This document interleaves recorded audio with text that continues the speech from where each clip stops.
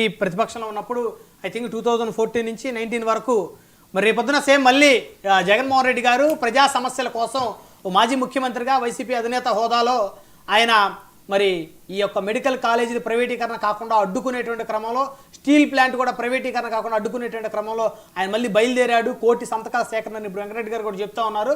So కాబట్టి ఇది కాస్త కూటమికి ఇబ్బందికర పరిస్థితి, గడ్డుకాలం అని చెప్పాలి. ఇంకా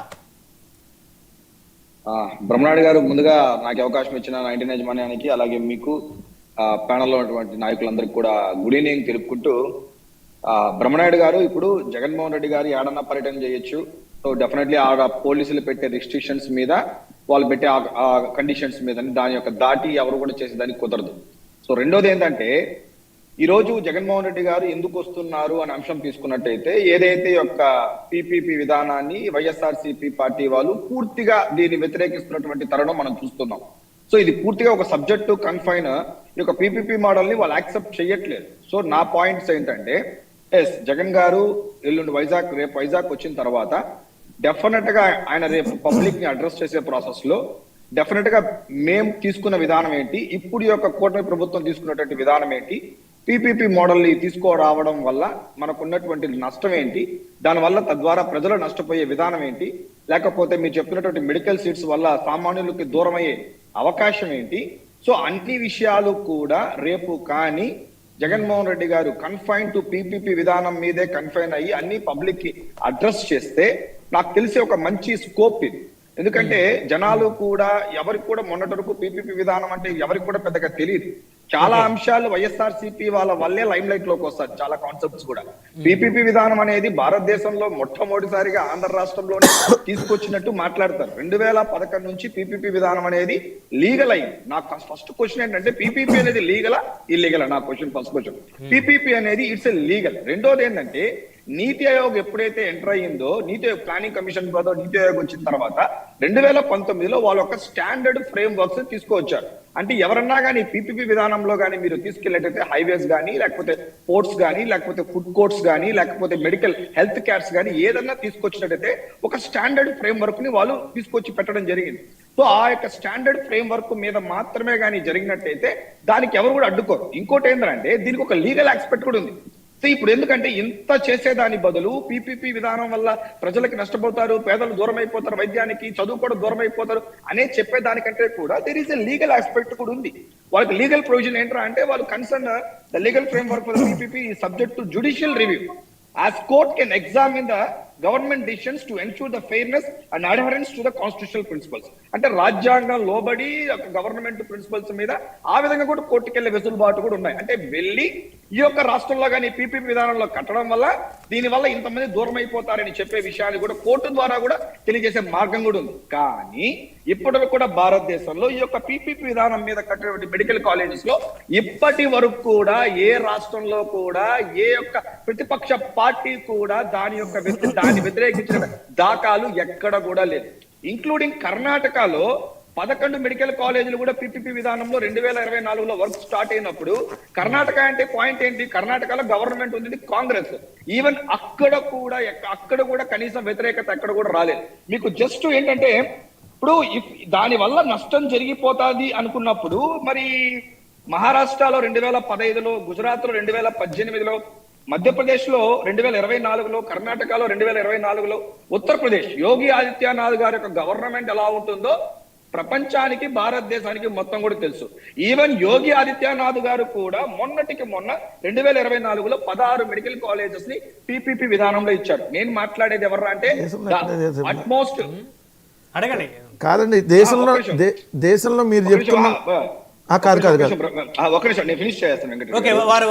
మీ దగ్గర ఉన్న ఒకసారి డేటా మీ దగ్గర ఉన్న డేటా ఒకసారి బ్రహ్మనాయుడు గారికి పంపించండి. నేను అన్ని పంపిస్తాను. ఎందుకంటే ఒక్క నిమిషం సార్, మీరు కంటిన్యూ చేయండి దయచేసి. ఎందుకంటే మీరు చెప్పేది కంప్లీట్ గా రాంగ్. పిపిపి విధానంలో వేరే ఇచ్చారు తప్ప మెడికల్ కాలేజ్ హాస్పిటల్ ఎక్కడ ఇస్తానికి నిర్ణయం తీసుకున్న గోవా దగ్గర కానీ, ఉత్తరాఖండ్ దగ్గర కానీ తిరుగుబాటు వస్తే అమ్మటం అని విత్డ్రా చేసుకున్నారు. బ్రహ్మనాయుడు గారు, నేను ఈ డిబేట్ అయిన తర్వాత మీకు మొత్తం డేటా ఫార్వర్డ్ చేస్తాను. నేను ఎలా పడితే అలా మాట్లాడు, నేను 100% ఎలా పడితే అలా మాట్లాడు.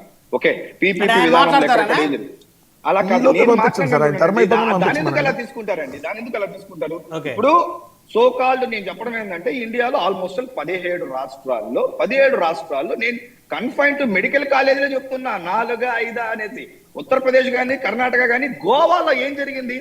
గోవాలో ఏంటంటే రిజిస్ట్రేషన్ తీసుకున్నారు, మళ్ళీ డ్రాప్ అయిన విషయం కూడా అక్కడ ఉంది. అక్కడ ఇంకోటి ఏంటంటే అక్కడ పొలిటికల్ పార్టీస్ ఎవరు రిజిస్ట్రేషన్ చేయలేదు అక్కడ. ఈవెన్ కర్ణాటకలో కూడా కొన్ని సంఘాలు, ప్రజావేదిక సంఘం అని, ఆ సంఘం అని, ఈ సంఘం తీసుకున్నారు. సో ఆ విధంగా తీసుకున్నట్టయితే ఎక్కడ కూడా ఇదేమి ఇల్లీగల్ ఏమీ కాదు, దీనివల్ల చాలా బెనిఫిట్ ఉంది. ఇది నేను ఒక మాట చెప్తాను, ఒక డైరెక్టరేట్ మెడికల్ ఎడ్యుకేషన్ ఎవరైతే రాజకీయ నాయకులు కాదు, ఎవరైతే ఈ యొక్క director of medical education Delhi Sujatha Rathod గారు ఏమన్నారంటే కర్ణాటక సబ్జెక్ట్ లో the state government has decided in PPP models to improve medical infrastructure, health facilities for rural people and give more opportunities for the medical education to rural residents and poor and meritorious students.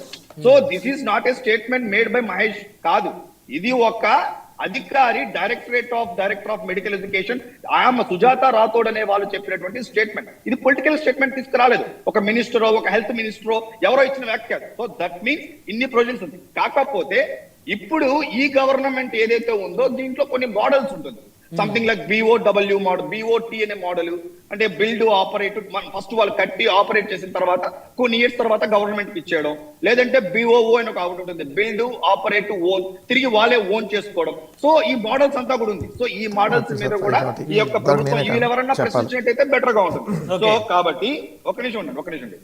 So PPP అనేది అదేదో పెద్ద booth అయినట్టు, అదేదో పెద్ద illegal అయినట్టు, అది భారతదేశంలో ఆంధ్ర రాష్ట్రంలో తప్ప మీద అన్ని చోట్ల ఎక్కడ వర్కౌట్ కానట్టు, ఇవన్నీ కూడా ఫేక్ లెస్, ఇదంతా యూజ్లెస్ చెప్పాలంటే. సో ఈ గవర్నమెంట్ వీళ్ళు ఎంత అడ్డుకున్నా ఏం చేసినా గానీ ఇర్రెస్పెక్ట్ ఆఫ్ ప్రజల యొక్క ఇంట్రెస్ట్ మీద బెస్ట్ ఎడ్యుకేషన్, బెస్ట్ వైద్యం కాదు, ప్రజల ఇంట్రెస్ట్ ఉంది అని మీరు ఎలా చెప్తారు? మరి ప్రజల ఇంట్రెస్ట్ లేదని ఎలా చెప్తారు? అందుకని వాళ్ళు కోటి సంతకాలు సేకరిస్తామంటున్నారు కదా, ప్రజల ఇంట్రెస్ట్ లేదు, PPP విధానాన్ని ప్రజలు వ్యతిరేకిస్తున్నారని. బ్రహ్మనాయుడు గారు నేను అంటున్నాను ఏంటంటే, మీకు 2 కోట్లు కానీ 5 కోట్లు చేసినా కానీ ప్రజా సంతకాల వల్ల కంటే కూడా మోస్ట్ పవర్ఫుల్ ఏంటంటే జ్యుడిషియల్కి వెళ్ళిపోవచ్చు అంట. నేనేమంటానంటే మీరు జ్యుడిషియల్ అక్కడ ఉంది, ఎందుకంటే లీగల్ ఆస్పెక్ట్స్ కూడా ఉంది. PPP విధానంలో తీసుకునేటప్పుడు మీకు కోర్టు, సుప్రీంకోర్టు, హైకోర్టు కంటే కూడా సంతకాలు గొప్ప బలంగా ఉంటుందా? సో మీరు వెళ్ళి ఈ ప్రభుత్వం చేస్తుంది తప్పని చెప్పి ఆపేయండి. నేను చెప్పడం అది మీకు వల్ల అయితే మీరు గో లైక్ దట్, అలా వెళ్ళండి అని చెప్తున్నాను. ఇది కూడా మేమేగా చెప్తున్నాము, దీనికి తప్పేముంది అసలు?